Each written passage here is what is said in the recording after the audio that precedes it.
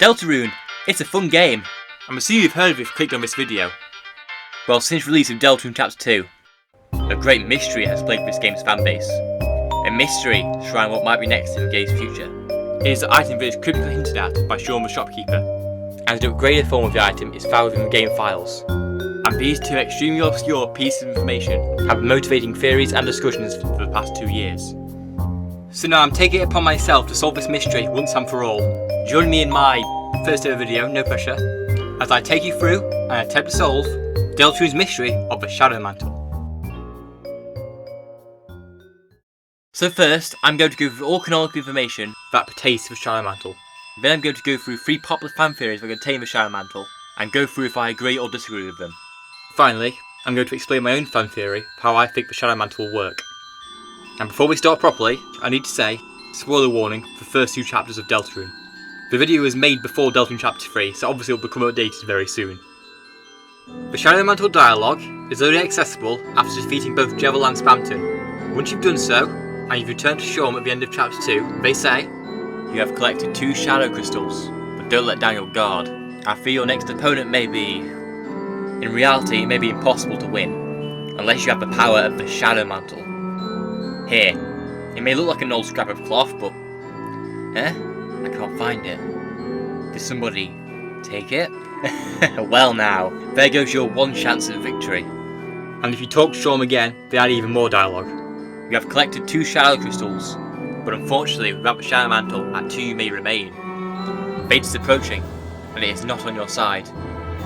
That is all the information that Shorm gives us about the Shadow Mantle. It's not a lot, but it will be crucial in figuring out this mystery later. Another key piece of the puzzle is the armour that is hidden in the game's code as an unused item. The Sky Mantle. It is an unused item described as a cape that shimmers fluorescently, protects against electric and holy attacks. Now elemental pairs and the elemental pair system in Deltarune is very, very complex. What you need to know is that elemental pairs are coded into enemy bullets as one attack type. So the Sky Mantle will half the amount of damage taken by electric and holy attacks when they are added into enemy bullets. This is the same as how the mannequin works in Deltarune Chapter 2. It reduces 35% of damage from public and cat attacks, the ones used by Spamton Neo. So putting all that information together, what we know objectively about the Shadow Mantle is it is an incredibly powerful item that will be used in fighting the Chapter 3 hidden boss, who was taken, implied to be stolen, from Shorm for unknown reasons. And without that item, Shorm believes this is the end of our journey, and that fate is against us. However, the item may have an upgraded form later on, known as the Sky Mantle, an item that resists against electric and holy elemental attacks. So now let's go through 3 different fan theories that attempt to explain the nature of the Shadow Mantle, and attempt to figure out just what this thing is. Number 1. The Shadow Mantle will create the green, or purple, soul mode. This theory seems to be by far the most popular assumption around the Shadow Mantle, as it offers the easiest explanation for needing the Shadow Mantle and proving Shorm's doubts about our survival wrong, as well as connecting the Shadow Mantle to a very popular fan theory.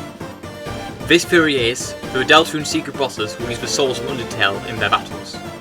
This soul could be purple or green depending on what version of the theory you follow, and because this video isn't about that theory, I'm going to generalise and use the green soul for this discussion. The idea is simple. If you have the Shadow Mantle, presumably acquired during the secret boss questline, you'll activate the soul mode for that boss fight. If you don't have it, the fight will be impossible, because you won't get the soul mode. Or alternatively, the soul could be set into green mode, and the Shadow Mantle could form a shield. I mean, if you don't get the Shadow Mantle, you would go green, but you won't get the shield, and you can't defend against the boss attacks. Although personally, I'm not the biggest fan of this theory. I'm actually a very big fan of the secret boss soul theory. I like the idea that the Undertale bosses can be done in reverse with Deltarune secret bosses. But in the Spamton Neo fight, the soul appeared to activate yellow form on its own.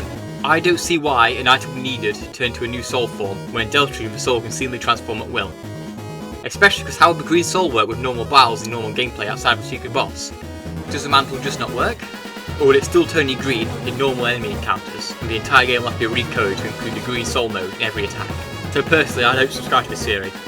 I think the Shadow Mantle must have a different purpose. On to the next theory. Theory 2. The Shadow Mantle is the King's Cloak.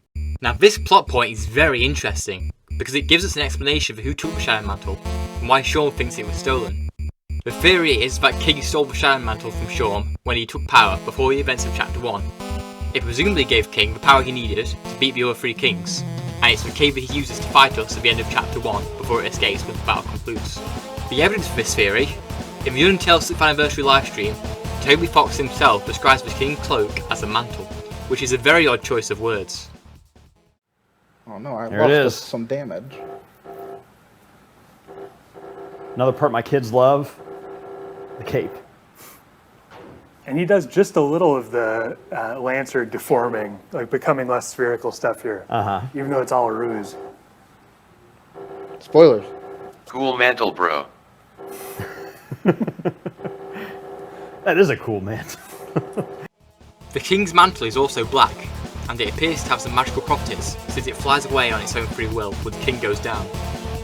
And because it flew away, I could totally see the Shadow Mantle returning as payoff, swooping in to save the day from the Chapter 3 secret boss. Although personally, I'm very mixed on this theory.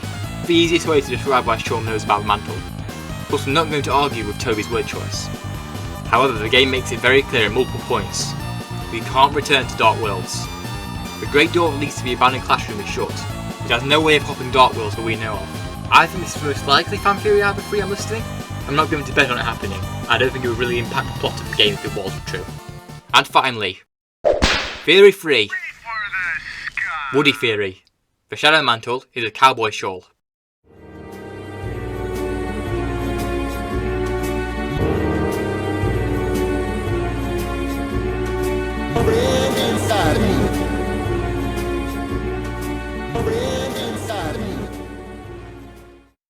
Now, Woody Theory by the YouTuber Spooky Dude is mostly unrelated to the Shadow Mantle, but I do want to bring up one of these pieces of evidence because it offers an idea for the Shadow Mantle's design.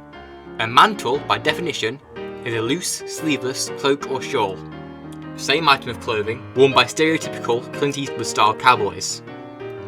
If the Chapter 3 secret boss is Wild West themed, possibly a parody of Woody from Toy Story, then the Woody Theory implies that a clue to the theme of the secret boss has been under our noses the entire time. Who knows, perhaps the Shadow Mantle caused the outfit change we received during the sweepstakes, although I'm not going to comment on this Woody Theory further, since it's not the topic of the video. But if it's true, the Shadow Mantle is some very clever foreshadowing. So now for the main event. What do I, a random Deltarune theorist, think the Shadow Mantle will be? Well, for starters, I personally think people have been massively overestimating the involvement of the Shadow Mantle, seeing it as this big important item will be linked to the Chapter 3 hidden boss and will be a key part of the fight and the plotline. I don't agree with this assumption. I do believe the Shadow Mantle will be an item shown to us in the secret boss questline, but it's not going to be our only key to victory as Sean implies. I think Sean's character is just inherently pessimistic, and a player without the Shadow Mantle could still beat the secret boss. Why do I think this? Because I think Deltarune already has a Shadow Mantle equivalent in Chapter 2. Meet the mannequin. This item can be purchased inside the city. It reduces the cat and puppet elemental pair damage, the damage type caused by Santa Neo, by 35%. It intentionally resembles Mettaton's dress from Undertale.